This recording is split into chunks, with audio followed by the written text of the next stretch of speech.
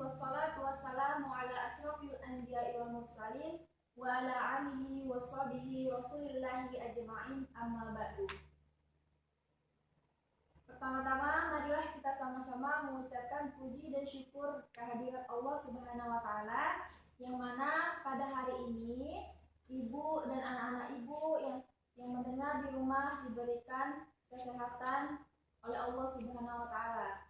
Sholawat serta salam tak lupa kita hadiahkan kepada junjungan Nabi kita, Nabi besar Muhammad Sallallahu Alaihi Wasallam, dengan mengucapkan Allahumma sholli ala Sayyidina Muhammad wa ala ali Sayyidina Muhammad.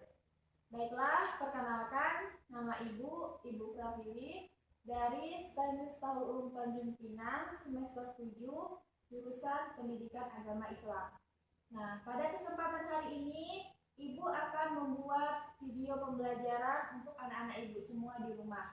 Nah, video pembelajaran ini yaitu yang berkaitan dengan pelajaran Pendidikan Agama Islam dan Budi Pekerti kelas 11 yang berjudul Khutbah, Tablik, dan Dakwah. Nah, sebelum Ibu memulai penjelasan tentang pembelajaran ini, alangkah baiknya sama-sama Ibu di sini dan anak-anak Ibu di rumah yang mendengar serta melihat dan menonton untuk membaca doa belajar bersama-sama. Silakan berdoa dimulai. Berdoa selesai.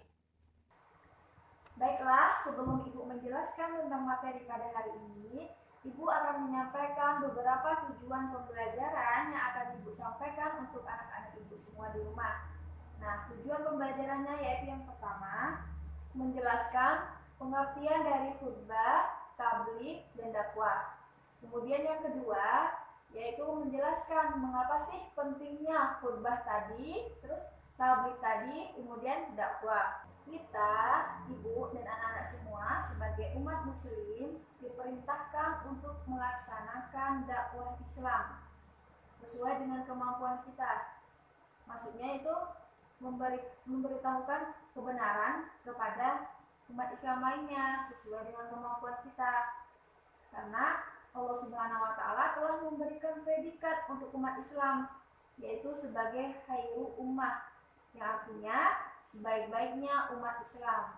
Nah, predikat ini akan sesuai apabila kita sebagai umat Islam selalu berusaha dan berada di barisan depan orang-orang yang gemar dalam berdakwah.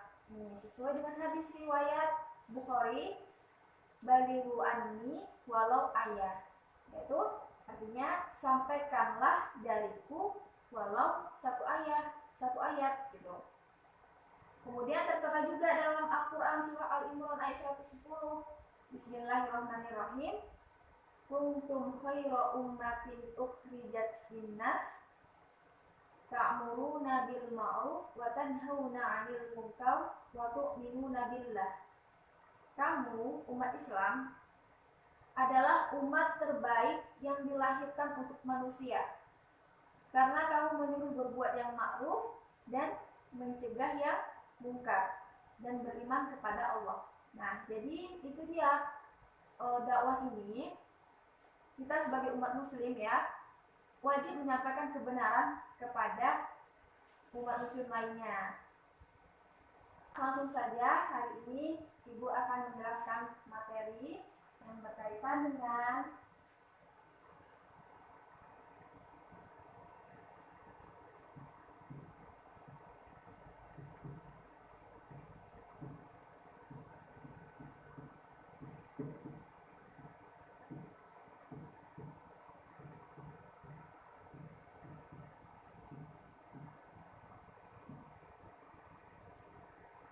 yang berkaitan dengan tabligh, khutbah, dan dakwah.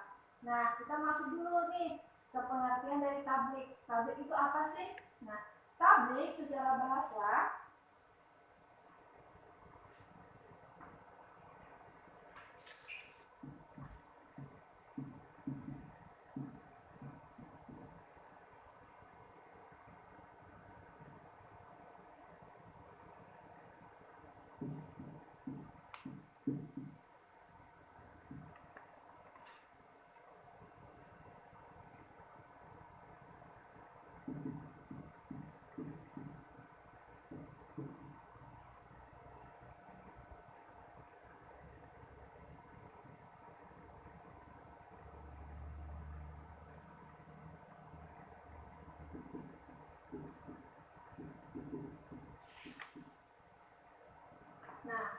tablik secara bahasa yaitu balago, yubaligu, tablighon. Nah, yang artinya yaitu menyampaikan dan memberitahukan dengan lisan. Dengan lisan yaitu dengan ucapan, dengan lidah kita.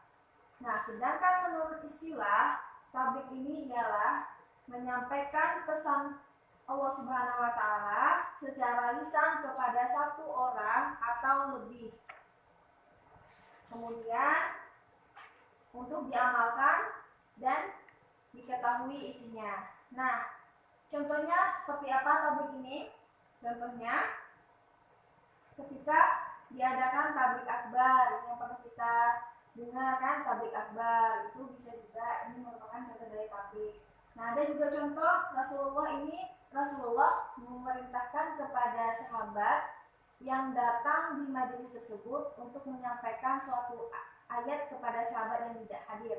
Seperti ini, kita datang misalnya ke acara tabligh akbar, nih teman kita nggak datang, terus kita setelah mendapatkan apa yang disampaikan di acara tabligh akbar tersebut, kita bisa menyampaikan kepada teman kita yang nggak hadir. Tadi balik lagi ke hadis riwayat Bukhari, balighu anni walau ayat, sampaikanlah dariku walau satu ayat.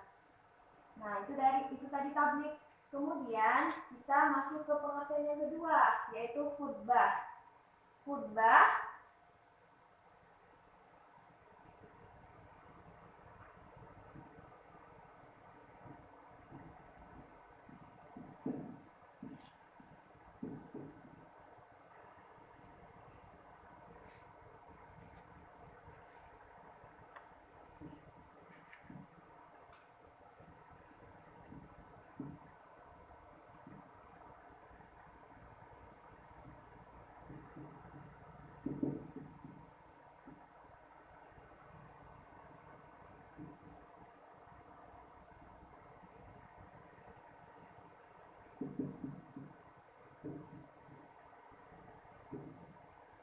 Nah, khutbah menurut bahasa khotobah, yaktubu, dan khotobatan, yang artinya memberi nasihat dalam kegiatan ibadah.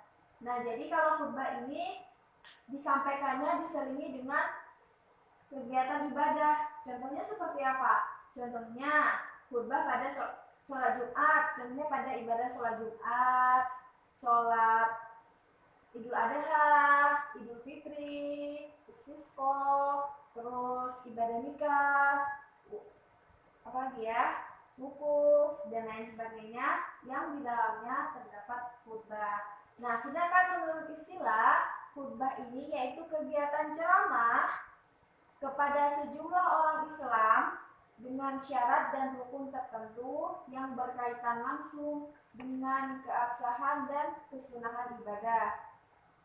Contohnya seperti apa?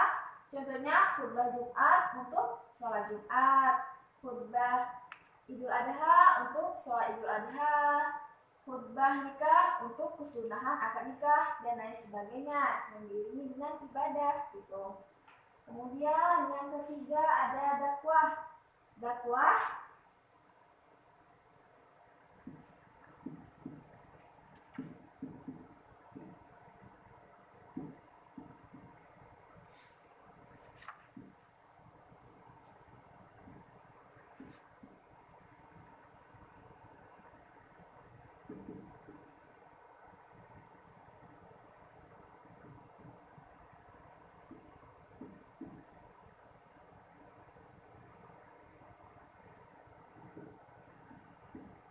Nah, dakwah menurut bahasanya ada da'ah, yada'u, dan dakwatan.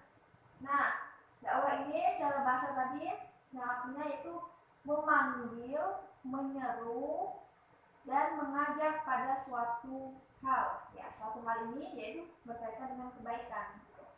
Kemudian, sedangkan menurut istilah yaitu kegiatan mengajak orang lain untuk ke jalan Allah Subhanahu wa Ta'ala, yaitu jalan kebenaran gitu.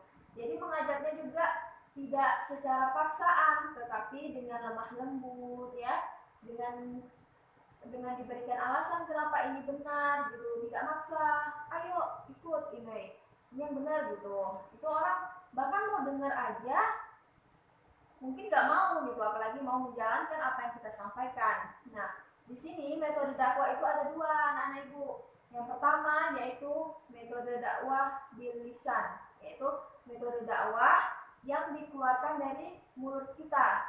Nah, contohnya seperti apa? Contohnya seperti ceramah, ya kan? Seperti kajian-kajian yang berupa lisan langsung gitu. Kemudian yang kedua, metode dakwah bilhal, yaitu dengan perbuatan. Dengan perbuatan kita memberikan contoh terlebih dahulu untuk teman kita yang ingin kita dakwahi. Contohnya seperti apa?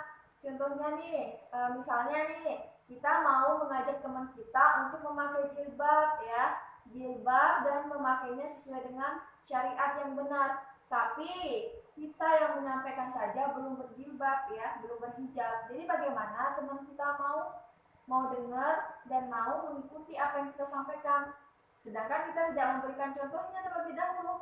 Nah, dari itu kita berbenah diri, kita praktekkan dulu di diri kita, baru kita sampaikan kepada teman kita gitu. Insya Allah teman kita mau gitu mendengarkan, walaupun mungkin dikerjakan atau tidak, sambil kita berdoa, karena Allah lah yang mempunyai, yang membolak-balikan hati seseorang untuk berbuat baik atau enggak gitu. Nah, Ibu lanjut ya. Tadi Ibu sudah menjelaskan mengenai pengertian tabligh, khutbah, dan dakwah. Sekarang Ibu akan menjelaskan mengapa sih pentingnya dari tabligh, khutbah, dan dakwah tadi ya. Jadi kita bahas dulu yang pertama, mengapa pentingnya khutbah ya. Karena khutbah ini merupakan termasuk aktivitas ibadah ya. Jadi oleh karena itu, khutbah ini tidak bisa ditinggalkan karena akan membatalkan rangkaian dalam ibadah. Contohnya seperti apa? Contohnya ketika sholat Jumat. Nah, ketika sholat Jumat khutbahnya tidak ada, maka sholat Jumatnya tidak sah. Kemudian yang kedua, ketika wukuf di Arafah, apabila wukuf di Arafah khutbahnya tidak ada, maka wukufnya tidak sah gitu. Jadi khutbah ini diiringi dengan ibadah. Kemudian yang kedua, mengapa sih pentingnya tabligh ya? Tabligh ini merupakan salah satu sifat wajib dari Rasul, yaitu menyampaikan apa di sini? Menyampaikan wahyu dari Allah Subhanahu wa taala kepada seluruh umatnya, seluruh umat muslim. Nah, di tabligh ini banyak yang menyangka bahwasanya yang menyampaikan tabligh itu orang-orang alim ulama ya, orang-orang yang agamanya yang dianggap tinggi gitu ya. Tapi pernyataan itu tidak benar. Jadi setiap kita ya, setiap anak-anak ibu di rumah, setiap ibu juga, kalau melihat kemungkaran di depan mata kita wajib untuk mencegahnya ya. Ulangi, apalagi apabila kita melihat kemungkaran ya di depan mata kita wajib untuk mencegahnya. Nah, mencegahnya ini dengan cara apa, anak? Yang pertama, dengan tangan ya. Dengan tangan artinya dengan kekuasaan kita untuk mencegahnya. Apabila kita tidak mempunyai kekuasaan, maka cara yang kedua yaitu dengan lisan, dengan mulut kita, dengan kita memberi nasihat ya. Namun kalau misalnya nasihat kita juga tidak diterima, maka kita bisa dengan doa ya, kita mohon kepada Allah. Dan kita juga menjaga hati kita agar tidak ikut berkecimpung dalam kemungkaran tersebut ya. Kemudian pentingnya selanjutnya itu pentingnya dakwah. Nah, kenapa dakwah ini penting? Karena dakwah ini juga merupakan salah satu kewajiban umat Islam. pemuda sekarang banyak menggunakan dakwah ini sebagai penyampaian kebaikan kepada orang lain. Karena apa? Karena dakwah ini mudah dipahami gitu ya. Lebih simpelnya bahasanya gitu. Lebih simpelnya dan lebih familiarnya di kalangan pemuda sekarang. Jadi hanya menyampaikan kebenaran aja itu sudah termasuk dakwah gitu ya. Nah, ada buktinya ini. Kenapa sih tabligh, dakwah dan khutbah ini penting? Nah, ada buktinya terdapat pada Quran surah Al-Imran ayat 104. Ya. Bunyinya Bismillahirrahmanirrahim. Wal takum minkum ummatun yad'una ilal khairi wa ya'muruna bil ma'ruf wa yanhauna 'anil munkar wa ulaika humul muflihun. Dan hendaklah di antara kamu ada segolongan orang yang menyuruh kepada kebajikan, menyuruh berbuat yang ma'ruf, berbuat yang baik, dan mencegah dari yang mungkar, berbuat yang buruk, dan mereka itulah orang-orang yang beruntung. Nah, ini merupakan bukti bahwasanya kita umat Islam memang harus mengetahui pentingnya tabligh, khutbah dan dakwah tadi gitu. Jadi intinya kita umat Islam disuruh untuk menyampaikan kebaikan, menyampaikan kebenaran gitu. Caranya apa? Caranya dengan khutbah tadi, dengan tabligh tadi, dengan dakwah tadi, tinggal dipilih gitu. Jadi kesimpulannya apa yang telah Ibu jelaskan tadi, yaitu kita sebagai umat muslim semuanya wajib menyampaikan kebenaran ya. Caranya tadi bisa dengan khutbah, tabligh atau dakwah sesuai dengan apa yang kita mampu. Nah, itu tadi materi yang Ibu jelaskan, materi pembelajaran mengenai khutbah, tabligh dan dakwah. Semoga anak-anak Ibu di rumah dapat memahami dan dapat dipraktekkan dalam kehidupan sehari-hari. Jika melihat kemungkaran langsung dicegah, langsung diatasi, langsung dikasih tahu gitu ya. Ibu mohon maaf kalau misalnya dalam penyampaian materi tadi ada kata-kata yang salah. Ibu akhiri dengan Assalamualaikum warahmatullahi wabarakatuh.